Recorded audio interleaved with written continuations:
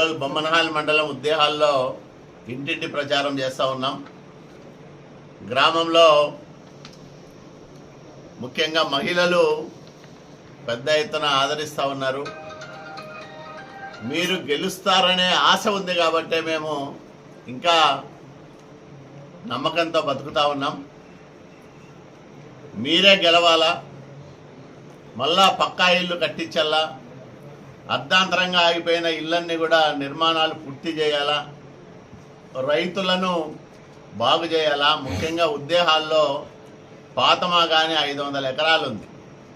దానికి గతంలో సీపేజ్ నీళ్ళు వచ్చేటివి, హగరి ఇవన్నీ కూడా రాను రాను అది బీడుగా మారింది. రైతులందరూ కూడా ఒకటే విజ్ఞప్తి చేస్తూ ఉన్నారు, పాతమా కానీ 500 ఎకరాలను మళ్ళీ సాగులోకి తీసుకొచ్చే బాధ్యత మీది. తప్పకుండా కాలువ నిర్మించి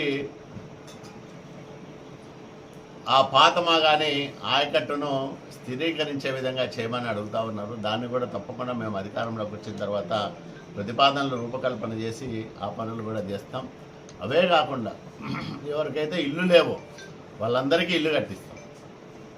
ఎవరికైతే పెన్షన్ రాలేదో వాళ్ళందరికీ పెన్షన్ ఇప్పిస్తాం. ఇక్కడ ఉంతకల్లు రిజర్వాయర్ నిర్మాణం జరిపి ఈ ప్రాంతాన్ని అంతా కూడా 2 పంటలు పండే సుక్షేత్రంగా మారుస్తాం. హెచ్ఎల్సి ఆయకట్టులో ఎప్పుడు చూసినా ఏడాది పొడవునా పంటలతో కలకల్లాడే విధంగా చేస్తాం. ఇవన్నీ ఎవరూ చేయలేరు. మెట్టుగోవింద్ రెడ్డి ఇలాంటి అసమర్థుడు అంతకంటే చేయలేరు. అతను చిన్న పని చేయడం కూడా చేతగాడు. ఎమ్మెల్యేగా ఉన్నప్పుడు ఏమీ చేయలేదు రాయదుర్గ. ఏపీఐసి చైర్మన్గా వచ్చి కోతలు కోసాడు. కెంచాలపల్లి దగ్గర ఒక టెక్స్టైల్ ఇండస్ట్రీ తీసుకొస్తా, ఇక్కడ ఒక ఇథనాల్ పరిశ్రమ పెట్టిస్తా, గార్మెంట్స్ పరిశ్రమను ఆదుకుంటా అని చెప్పాడు. ₹1 అంటే ₹1 సహాయం చేయించలేని దద్దమ్మ మెట్టుగోవింద్ రెడ్డి. ఎందుకయ్యా నీకు అధికారం? నీ వ్యాపారాలు పెంచుకోవడానికే, లేకపోతే గోరంట్ల ప్రాంతంలో ఎస్టీల భూములు లాక్కోవడానికే? ఎందుకు మెట్టుగోవింద్ రెడ్డి నీకు అధికారం అని అడుగుతున్నా.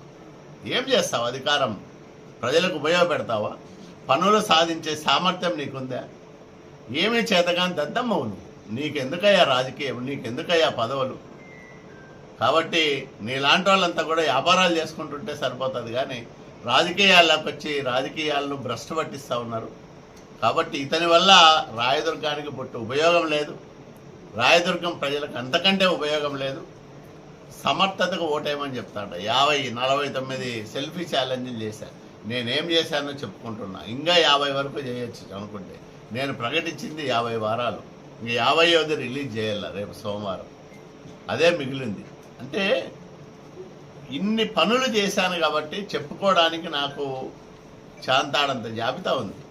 ఒక్కటి చెప్పును మెట్టుగోవింద్ రెడ్డి, నేను ఈ పని చేశా, ఇది సాధించా, నా వల్ల రాయదుర్గానికి మేలు జరిగిందని ఒక్క పని చేయి, ఒక్క పని చూపెట్టు. ఏమీ చేయలేని దద్దమ్మవు నువ్వేందో నా గురించి మాట్లాడితే ఎట్లా? నువ్వు అసమర్థుడు. పదే చెప్తారు, ఊరూరు తిరిగి చెప్తా. మెట్టుగోవింద్ రెడ్డి ఒక దద్దమ్మ, ఒక అసమర్థుడు, ఇతనేమి పనికిరానివాడు, పని చేయలేనివాడు. ఇతన్ని నమ్ముకుంటే వైసీపీ కార్యకర్తలు కూడా నట్టేయటం మునిగినట్లే. నాయకులను కూడా ఇతను మోసం చేస్తాడు. ఇతని వల్ల ఎవరికి ఏమి ఉపయోగం జరగదని చెప్తా. 1కి 10 సార్లుగా 100 సార్లు చెప్తా. నువ్వు అసమర్థుడు దద్దమ్మవు కాబట్టే చెప్పాల్సి వస్తుంది. చెప్పకపోతే ఎట్లా? నా రాజకీయ ప్రత్యర్థి అయినా నువ్వు. కాబట్టి నువ్వేంటో ప్రజలకు చెప్పాలి కదా. నేను అందువల్లే చెప్పుకుంటా పోతా ఉన్నా. ఖచ్చితంగా మెట్టుగోవింద్ రెడ్డి లాంటి అసమర్థుడి పైన, దద్దమ్మ పైన, వైసీపీ అభ్యర్థి పైన 50,000 పైచులకు మెజార్టీతో నేను గెలవబోతా ఉన్నా. ఇది ఛాలెంజ్ రాసి పెట్టుకో గోవింద్ రెడ్డి అని చెప్తా ఉన్నా.